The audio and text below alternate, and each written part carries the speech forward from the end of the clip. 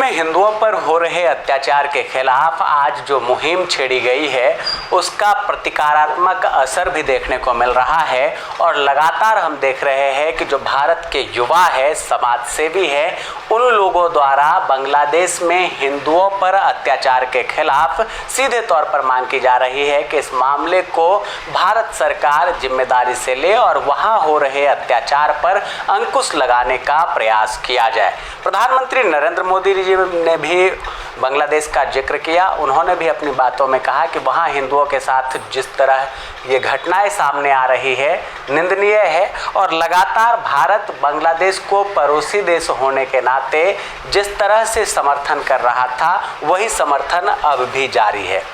अब देखने वाली बात यह है कि आखिर बांग्लादेश के मामले पर भारत के युवाओं की क्या राय है, इसको जानने के लिए हम लोग इस वक्त पहुंचे हैं सरिता बिहार के मदनपुर खादर में, जहां पर हमारी मुलाकात भाजपा के एक युवा नेता से हो रही है और ये मंडल में उपाध्यक्ष हैं। इनसे जानेंगे, चंद्रशेखर जी नाम है, इनसे जानेंगे कि क्या मानते हैं ये कि बांग्लादेश में जो हिंदुओं के खिलाफ अपराध हो रहे हैं, वहाँ हिंदुओं के घर तोड़े जा रहे हैं, घर में घुसकर आगजनी की जा रही है, गौशाला को जला दी जा रही है, ये प्रकरण जो है, इस प्रकरण को युवा क्या समझते हैं, भारत के लोग क्या समझते हैं, सीधे चंद्रशेखर जी से पूछते हैं। बहुत बहुत स्वागत है आपका चंद्रशेखर जी। नमस्कार। सबसे पहले तो जो मामला लगातार सामने आ रहा है बांग्लादेश का, इस पूरे प्रकरण को आप चूंकि युवा हैं तो एक युवा किस तरीके से देखता है? सर देखिए, बहुत ही निंदनीय है, बहुत ही गलत है। किसी भी सूरत में किसी के भी साथ ये नहीं होना चाहिए। हम तो कहते हैं सिर्फ बांग्लादेश में हिंदुओं के साथ ही नहीं, किसी भी कंट्री में किसी के भी साथ नहीं होना चाहिए। और हम ये बात कहते नहीं, जैसे मैं बीजेपी से हूँ बेसिकली, तो हमारी बीजेपी का ये संदेश है कि सनातन के प्रति और देश के प्रति और महिलाओं के प्रति हमारे माननीय श्री मोदी जी का मतलब हमेशा से ये धारणा रही है कि इनको सम्मान मिलना चाहिए। स्त्री को देवी के रूप में पूजा जाता है हिंदू धर्म में, तो हम तो ये कहेंगे पूरे देश में नहीं, पूरे विश्व में ये होना चाहिए, क्योंकि स्त्री जननी है, स्त्री जाति ही हर चीज़ की जननी है, पुरुष नहीं है जी अभी तक तो। अब हमारी संस्कृति से ये चीज़ निकली हुई है। जैसे अभी देखिए कुछ दिनों बाद रक्षाबंधन आने वाला है, अच्छी बात, अभी आप इस टाइम पे आए हैं। रक्षाबंधन में एक ये त्यौहार ही ऐसा है, भाई बहन, और ये त्यौहार मुझे लगता है शायद इंडिया से ही निकला है और हिंदू संस्कृति से ही निकला है, सनातन से ही निकला है। तो आपकी काफ़ी बातों का इसमें जवाब आ गया कि सनातन क्या करता है। सनातन सबसे पहले ये संदेश देता है कि मर्यादा, इज्जत, मान, सम्मान ये होना चाहिए स्त्री जाति का। अब देखिए, मैं किसी कंट्री की बुराई नहीं कर रहा हूँ, लेकिन जो सच्चाई है सिर्फ वो बयां कर रहा हूँ। फ़लस्तीन हो गया आपका, वहाँ पे शिया सुन्नी का झगड़ा हुआ, और जो भी आपका सीरिया हुआ, इराक हुआ, बगदाद हुआ, यहाँ पे जितने भी हमले हुए हैं, हाँ, जो इस्लामिक कंट्री है बेसिकली, वहाँ पे जितने भी हमले हुए हैं, ज़्यादा नुकसान किसका हुआ? मुझे लगता है शायद बच्चे अनाथ हुए हैं और औरतें विधवा हुई हैं। क्या ये सही है? किसी भी देश के लिए, किसी भी कंट्री के लिए, किसी भी समाज के लिए बिल्कुल सही नहीं है ये। तो मैं तो सर यही कहूँगा कि ये हो बहुत गलत रहा है, बिल्कुल नहीं होना चाहिए ये। ऐसे घटनाओं से आप क्या देखते हैं कि कांग्रेस के कई नेताओं का बयान भी सामने आया कि बांग्लादेश जैसे हालात भारत में भी हो सकते हैं, और बड़े नेताओं में आप देखेंगे कि ऐसे नेताओं ने बयान दिया है जिन्हें कांग्रेस के बड़े नेताओं के तौर पर जाना जाता है। सर देखिए, मुझे खुशी है इस बात की कि हमारे देश के पीएम माननीय श्री नरेंद्र मोदी जी हैं, हमारे रक्षा मंत्री श्री राजनाथ सिंह जी हैं, और ये लोग सेनाओं के बीच में, हमारी आर्मी वालों के बीच में जाते हैं।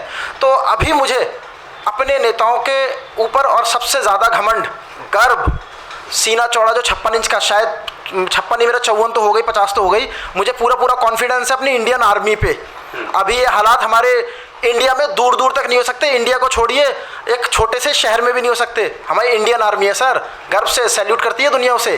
कहीं कोई भी समस्या होती है, चाहे श्रीलंका में एक बार हमारी सेना गई थी, तो सर इंडियन आर्मी को 101% कॉन्फिडेंस है। और अगर तानाशाही है तो दूसरे नेता बयान कैसे दे पा रहे हैं? तानाशाही है। और अभी अगर सभी बेरोजगार हैं तो आप और मैं दोनों ही इस टाइम पे, आप देख रहे हो, मैं भी एक शॉपकीपर हूँ, आप भी कुछ ना कुछ कर रहे हो, सर फिर बेरोजगार माना है, मैं ये नहीं कह रहा 100% नहीं है, लेकिन ऐसा नहीं है सर, 100% बेरोजगारी है। और नीट के एग्जाम की बात रही तो सर देखिए, इसके ऊपर जांच चल रही है, ये नहीं कि हाँ कुछ नहीं हुआ, लिपापोती नहीं हुई है। लीपापोती नहीं हुई है, और अगर तानाशाही है सब कुछ, तो फिर ये बात उठाने की हिम्मत कैसे हुई किसी की कि नीट का एग्जाम लीक हो गया? तानाशाही नहीं है सर, ये लोकतंत्र है कि आप अपनी बात रख पा रहे हैं। अगर लोकतंत्र नहीं है तो आप बात नहीं रख पाते अपनी। बंगाल के कोलकाता की घटना आपने सुनी होगी। वहाँ पर एक ट्रेनी डॉक्टर के साथ जो वारदात हुआ है, इस वारदात की कड़ी निंदा हर ओर से की जा रही है। आप क्या मानते हैं? सीबीआई जांच अब हो रही है मामले में और कई तरह के खुलासे लगातार हो रहे हैं। पश्चिम बंगाल की जो ममता बनर्जी सरकार है उसके लिए क्या कहेंगे? सर देखिए, हमारे शरीर का जो हिस्सा है, चाहे मेरी उंगली हो चाहे हाथ हो पैर हो, अगर उसमें कहीं कोई तकलीफ़ है, उसमें मवाद है, पस है, तो इसका इलाज होना चाहिए। आप समझ सकते हैं मैंने ये मैसेज किसके लिए दिया है। मैं अपने आप को इस काबिल नहीं समझता अभी शायद कि मैं कुछ ज़्यादा बड़ा बयान दे सकूं। बिल्कुल, तो आप समझ सकते हैं जो युवा है उनकी सोच को समझ सकते हैं, उनके विचारों को समझ सकते हैं। और स्पष्ट तौर पर चंद्रशेखर जी युवा मोर्चा में भाजपा के कार्यकर्ता के तौर पर काम कर रहे हैं और नरेंद्र मोदी जी के सिपाही के तौर पर ये कह रहे हैं कि भारत का हर युवा जो है लगातार देश की तरक्की में काम कर रहा है। जो मामले बंगाल में हो या बांग्लादेश में हो या हिंदुस्तान के कुछ इलाके में हो, उन पर केंद्र सरकार ने कड़ी नज़र बनाई हुई है और ख़ास तौर पर इन तमाम मामलों पर इनका यही कहना है कि इनका समाधान भी जल्द केंद्रीय नेतृत्व द्वारा ढूंढा जाएगा। कैमरा पर्सन राज कुंद्रा के साथ मैं अभिषेक कुमार।